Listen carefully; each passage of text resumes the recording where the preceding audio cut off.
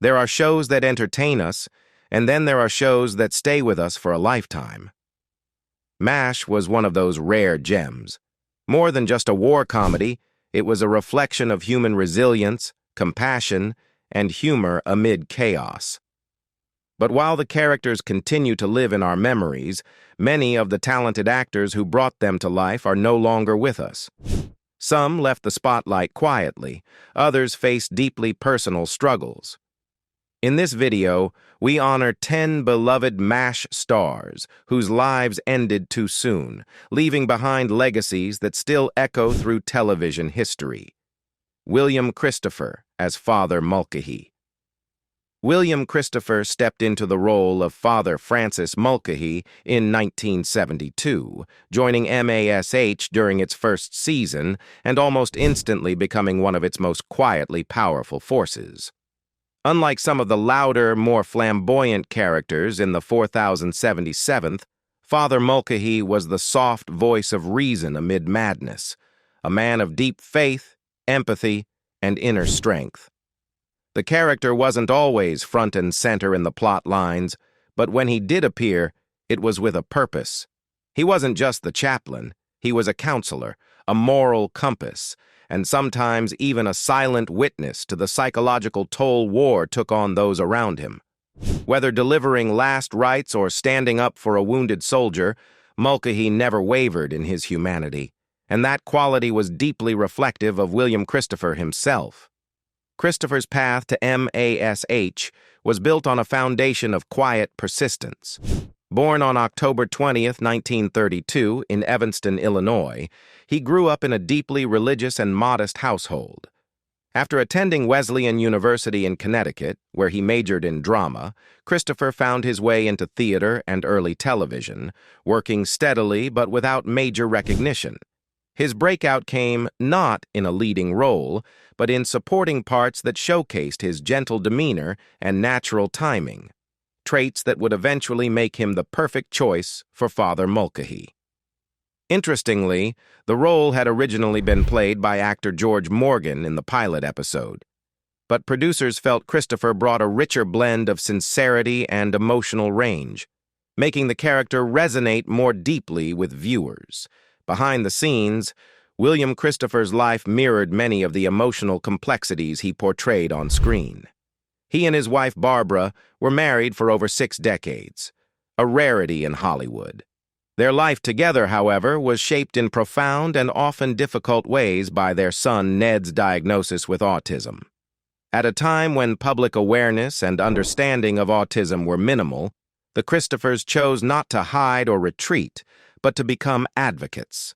They co-authored a book titled Mixed Blessings, detailing their journey as parents navigating the emotional, logistical, and societal challenges of raising a child with special needs. The book offered a rare glimpse into their personal life and the incredible strength it took to balance their public roles with the private heartbreak of watching their child struggle in a world that often failed to accommodate him. Though William Christopher continued to act after MASH, including reprising his role in the short-lived spin-off After MASH, he never found another character as impactful or resonant.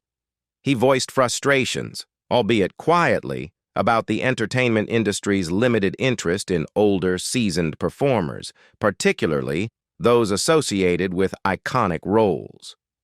Like many actors typecast by a singular success, Christopher sometimes felt boxed in. He longed for opportunities that would challenge him dramatically, that would allow him to break free from the gentle priest mold. Those roles rarely came. Still, he remained dignified in his career choices, gravitating toward projects that aligned with his values and that he felt wouldn't betray the trust audiences had in him. Privately, Christopher was a man of deep conviction and unwavering moral principles. Those who knew him described him as soft-spoken, unfailingly polite, and almost stubbornly humble. He didn't court celebrity. He didn't chase headlines. He lived his life with a quiet integrity that stood in sharp contrast to the ego-driven culture of Hollywood. And perhaps it was this authenticity that allowed him to give so much of himself to Father Mulcahy, a character who, like Christopher, never needed to shout in order to be heard. When he passed away on December 31st, 2016, after a battle with small cell carcinoma, the news was met with a wave of gentle sorrow. There was no grand media circus. There were no messy revelations. Just a collective sense of gratitude from fans and colleagues who remembered a man who had given them something rare, an honest, compassionate voice in a world often too loud to hear it. He was 84 years old. His final years were spent in relative peace, surrounded by his family, and committed to the causes he cared most about, particularly autism awareness and faith-based community service. When MASH premiered in 1972, it quickly established itself as more than just another wartime comedy. Central to its early dynamic was the brilliant contrast between characters who embodied different forms of humanity under pressure. One such figure was Major Frank Burns, portrayed by Larry Linville, whose neurotic rigidity and moral hypocrisy made him both a target of mockery and a vehicle for some of the show's sharpest satire. Frank Burns wasn't just a buffoon. He was the embodiment of blind obedience, insecurity, and self-righteousness. And Larry Linville, with surgical precision, turned him into one of the most unforgettable characters on television. Born on September 29, 1939, in Ojai, California, Larry Linville came from modest beginnings. He studied aeronautical engineering at the University of Colorado before changing paths, eventually graduating from the Royal Academy of Dramatic Art in London. His classical training served him well, providing a solid foundation for the intense technical and emotional control that his role on MASH demanded.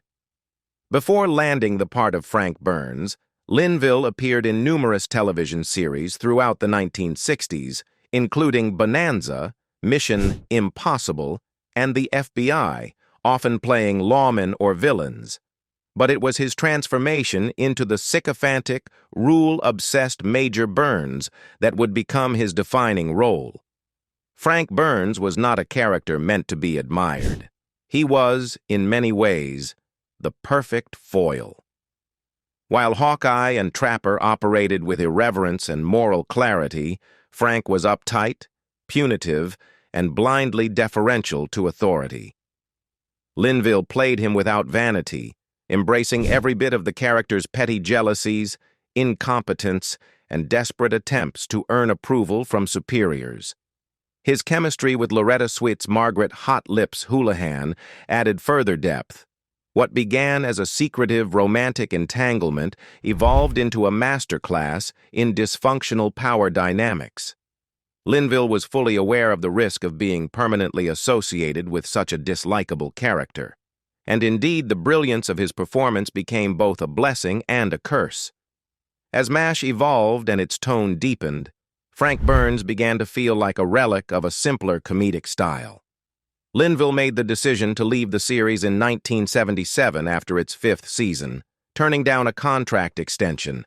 He later explained in interviews that he felt the character had become too one-dimensional and lacked further room to grow. His departure opened the door for the introduction of Major Charles Winchester III, a more complex antagonist, but Linville's absence left a noticeable gap in the show's original rhythm. Post-MASH. Linville faced the professional reality that many television actors do after a landmark role, typecasting. Though he continued to work steadily, appearing in series like Fantasy Island, The Love Boat Murder, She Wrote, and Grandpa Goes to Washington, none of his later roles ever equaled the prominence or cultural impact of Major Burns. Casting directors and producers often couldn't see past the tightly wound caricature he had so convincingly created.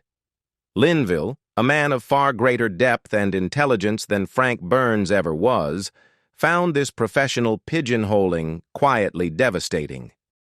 In his personal life, Linville experienced similar turbulence. He was married 5 times, and many of those relationships were marked by instability and distance, often exacerbated by his long work hours and the emotional toll of his professional frustrations. Friends and colleagues described him as gentle and introspective off-camera, a stark contrast to the character he portrayed. He was known to be soft-spoken, thoughtful, and meticulous in his craft. Despite the professional limitations imposed on him, he maintained a deep respect for acting as an art form and never gave less than his best in any role, no matter how small. In the 1990s, Linville's health began to decline.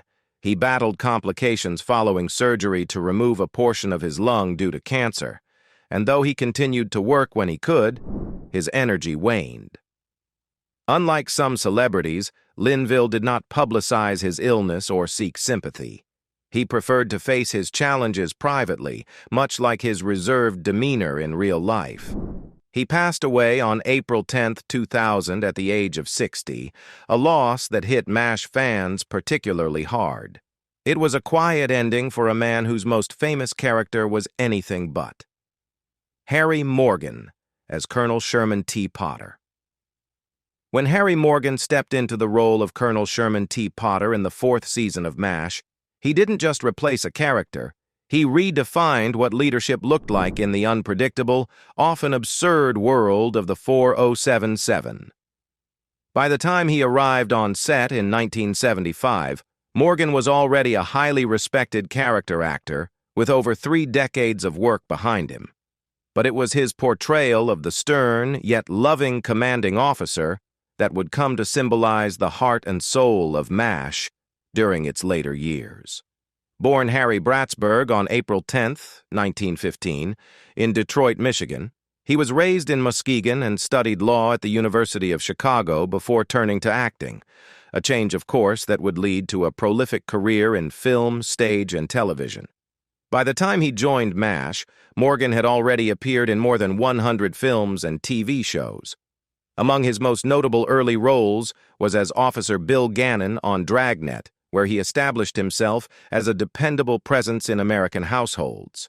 He was known for his dry delivery, expressive eyes, and an ability to shift seamlessly between comedy and drama, qualities that would serve him well as Colonel Potter.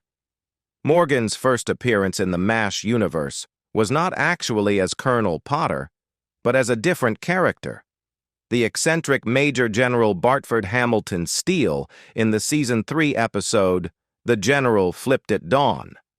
Though intended as a one-time role, Morgan's performance was so memorable that producers invited him back the following season as the new permanent commanding officer. This time, he would bring something different, more grounded, more emotionally layered, and ultimately more enduring. Colonel Potter was unlike his predecessor, the affable but often overwhelmed Henry Blake. Where Blake ruled with a shrug and a sheepish grin, Potter brought order, integrity, and quiet strength. A World War I veteran with a fierce sense of duty, Potter was the kind of leader who earned respect not through fear, but through fairness. He could reprimand with a glare or comfort with a single word. Morgan infused the character with depth and authenticity, drawing from his own life experience and military service. He briefly served in the Army Air Forces during World War II to portray a man who had seen the worst of humanity, but never let it harden him. What made Potter so endearing wasn't just his sense of command, but his deeply human moments, his love for his wife Mildred, his fondness for horses, especially Sophie, and his dry but heartfelt wisdom turned him into a father figure not only for the unit, but for viewers at home. One of the most memorable traits Morgan brought to the role was his ability to convey volumes with a sigh, a slow turn, or a softened stare. He didn't need grand speeches. His authority came from empathy and example. Off-screen, Harry Morgan was more complex. Known for his professionalism and commitment to his craft, he maintained a relatively private life, rarely seeking publicity. He was married for over 40 years to his first wife, Eileen Detchen, with whom he had 4 sons. After her passing in 1985, Morgan remarried. Despite his stable family life, Morgan was not without personal challenges. In the 1990s, He faced a difficult moment when he was arrested following a domestic disturbance with his second wife. Though charges were dropped, the incident cast a brief, uncomfortable spotlight on a man who had long been admired for his stoicism and grace. Those close to him described it as an isolated and deeply regretted episode, one that haunted him privately for years. As he aged, Morgan battled several health problems, including hearing loss and issues related to mobility. Yet he never stopped working until his final years. Even after MASH, he continued acting in film and television, including the spin-off series After MASH, as well as projects like Third Rock from the Sun and Love Boat: The Next Wave. He remained a fixture in the industry well into his 80s, respected for his professionalism and beloved for his warmth. When Harry Morgan passed away on December 7, 2011, at the age of 96, it felt like the quiet departure of a statesman. His death from pneumonia marked the end of a remarkable era in television. Tributes poured in from fellow actors, fans, and critics alike, all recalling his ability to command a scene without overshadowing it and to bring kindness to roles that might otherwise have been stiff or two-dimensional. More than just a television actor, Morgan was a lesson in understated brilliance. His Colonel Potter reminded a generation that strength could coexist with softness, that leaders could be fallible and still deeply honorable. In the chaos of a field hospital surrounded by war, Potter, through Morgan, was the eye of the storm, a man who had seen the worst but never let go of the best in himself. David Ogden Stiers as Major Charles Winchester III. When David Ogden Stiers first appeared on MASH in 1977, the show was already an institution. For 5 seasons, the character of Frank Burns had served as the comic antagonist, a buffoonish foil to the iconoclastic Hawkeye and his rebellious crew. Replacing such a well-established dynamic was no small task. But Stiers didn't merely fill a vacancy. He elevated the show's intellectual and emotional range. As Major Charles Emerson Winchester III, he delivered a character that was both a source of conflict and, surprisingly, camaraderie. He wasn't Frank Burns 2.0.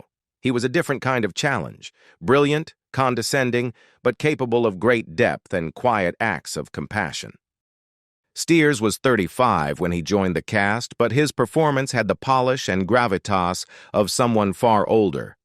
Born on October 31, 1942, in Peoria, Illinois, and raised in Oregon, he studied at Juilliard alongside actors like Kevin Kline and Patti LuPone, honing a command of language and presence that would become his hallmark. His early work included stage performances and small television roles, but it was MASH that made him a recognizable face across the world. As Winchester, Stiers embodied the quintessential Boston Brahmin, a man steeped in classical music, fine wine, and old-world decorum, who found himself surrounded by mud, blood, and irreverence. What could have been a one-note elitist caricature became, under Stiers' careful stewardship, a layered portrait of pride, isolation, and unexpected growth. Winchester's brilliance as a surgeon was never in question, but his arrogance created instant tension with the rest of the staff. Still, as episodes unfolded, viewers saw the cracks in his facade. Whether bonding with a dying soldier over music, secretly helping a struggling Korean family, or humbling himself in the face of surgical failure, Winchester revealed the humanity buried beneath the pomp. Stiers played these moments with incredible nuance, often relying on silence, glances, or minor inflections to show the emotional undercurrents. He could shift from dismissive sarcasm to quiet remorse within a single scene, and make it feel earned. Off-screen, Stiers was known for being introspective and reserved. He had a reputation for intellectualism and precision in his craft, often keeping to himself on set. While not antisocial, he was selective with his personal disclosures. It wasn't until later in life that he publicly came out as gay, revealing a deeply private struggle that had spanned most of his career. In an industry that, at the time, was less than welcoming, Stiers had kept his orientation hidden, fearing it would damage his chances for meaningful work or lead to typecasting. His late-life admission wasn't accompanied by drama or sensationalism. It was quiet, dignified, and deeply personal, much like the man himself. After MASH ended in 1983, Stiers continued to thrive. He became an in-demand voice actor, most famously providing the voice of Cogsworth in Disney's Beauty and the Beast, as well as Governor Ratcliffe and Wiggins in Pocahontas, and Dr. Jumba in Lilo and Stitch. His rich baritone and classical delivery made him a favorite for animated roles that required both authority and charm. In live action, he appeared in series like The Dead Zone, Stargate, Atlantis, and Frasier, always bringing a sense of gravitas to his performances. He also maintained a strong connection to music, frequently conducting symphony orchestras and advocating for classical programming across the country. Despite his professional successes, Stiers never chased celebrity. He preferred quiet communities and lived for many years in Newport, Oregon, far from Hollywood's glare. He was a voracious reader, a lover of opera, and someone who valued introspection over self-promotion. Colleagues who worked with him described him as thoughtful, kind, and generous, if somewhat elusive. He didn't dominate rooms, he enriched them. He wasn't always easy to know, but once known, he was impossible to forget. When Stiers was diagnosed with bladder cancer, he kept the news relatively private, maintaining the same quiet dignity that had defined his life. He died on March 3, 2018, at the age of 75. The tributes that followed were filled with admiration, not just for his skill as an actor, but for the gentleness and intelligence he brought to every role. His death marked the end of a unique career, one that defied expectations and left a legacy of substance over spectacle. McLean Stevenson as Lieutenant Colonel Henry Blake. McLean Stevenson's portrayal of the affable and often overwhelmed Lieutenant Colonel Henry Blake left an indelible mark on MASH's early seasons. Joining the show in 1972 at 45, Stevenson brought levity and warmth to the role, grounding the absurdity of war with genuine humanity. However, behind the charm was a man burdened by the pitfalls of fame. After leaving the show in 1975 to pursue other opportunities, Stevenson found it increasingly difficult to recreate the same success. His post-MASH career was filled with unremarkable roles and personal disappointments. The pressures of unmet expectations took their toll, and Stevenson's personal life reflected his inner turmoil. A series of failed relationships and professional setbacks clouded his later years. He passed away from a heart attack on February 15, 1996, at the age of 68. Though his career may not have sustained its peak, Stevenson's portrayal of Henry Blake remains one of television's most beloved and emotional departures. Kellye Nakahara as Nurse Kellye Yamato. While not always at the center of the storyline, Kellye Nakahara's portrayal of Nurse Kellye Yamato brought an authenticity and quiet strength that helped anchor the emotional reality of MASH. At just 25 when she joined the cast in 1973, Nakahara stood out for her sincerity and reliability, both in character and in life. Off-screen, however, she endured the all-too-common challenges of typecasting and career limitations. Though she remained publicly positive, Nakahara struggled with feelings of professional stagnation and a yearning for recognition that extended beyond supporting roles. Her personal life, marked by a strained marriage and health difficulties, added another layer of resilience to her journey. She passed away from cancer on February 16, 2020, at the age of 72.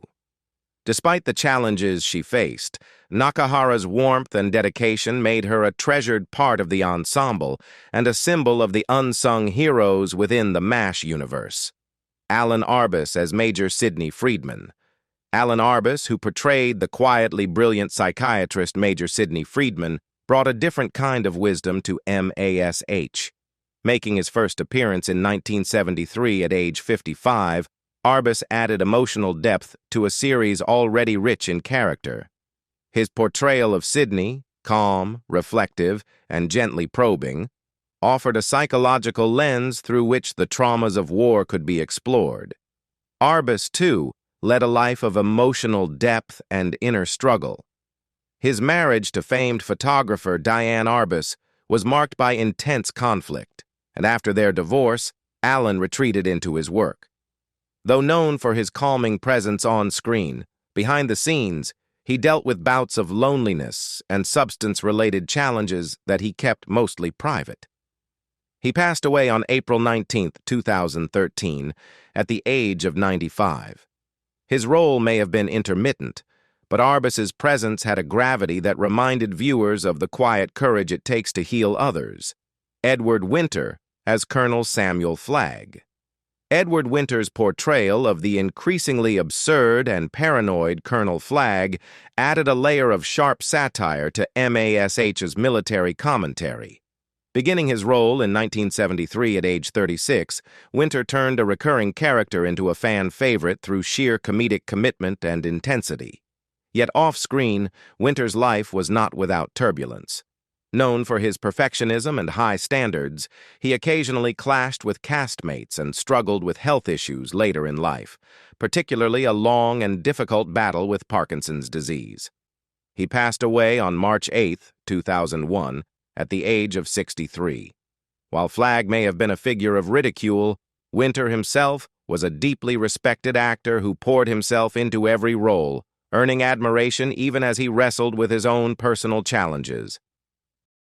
Johnny Haymer as Sergeant Zelmo Zale. Johnny Haymer gave life to the sly and resourceful Sergeant Zelmo Zale, a supply officer who brought practical chaos and understated wit to the series.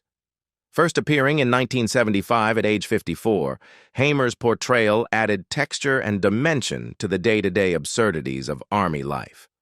Off-screen, however, Haymer faced difficulties that went far beyond his television roles.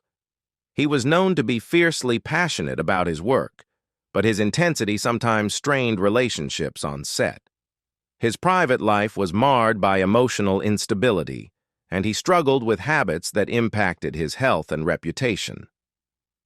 Haymer passed away on November 18, 1989, at the age of 69, from complications related to illness.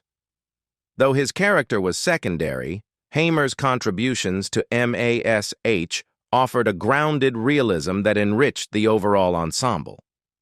The actors of MASH gave more than just performances. They gave pieces of themselves. Through laughter, loss, and everything in between, they shaped a television experience that transcended generations. Their stories remind us that even the brightest stars carry shadows, and that behind every beloved character is a life marked by dreams, challenges, and deep humanity. Which of these actors left the biggest impact on you? Let us know in the comments below. And if you enjoyed this tribute, be sure to like, subscribe, and share the video with fellow MASH fans. Thanks for watching, and until next time, take care and keep the spirit of the 4077th alive.